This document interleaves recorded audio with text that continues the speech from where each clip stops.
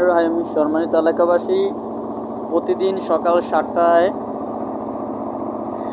শরীয়তপুর জেলার সখীপুর মরহুম আব্দুর রশিদ ব্যাপারীর বাজার থেকে চাঁদপুর পুরান বাজার উদ্দেশ্যে ছেড়ে যায় প্রতিদিন সকাল 7টায় বাচ্চুবাইয়ের ট্রলার। প্রতিদিন সকাল 7টায় ছেড়ে যায় চাঁদপুরের উদ্দেশ্যে এবং চাঁদপুর থেকে ছেড়ে আসে 3টা 40-এ সখীপুরের উদ্দেশ্যে।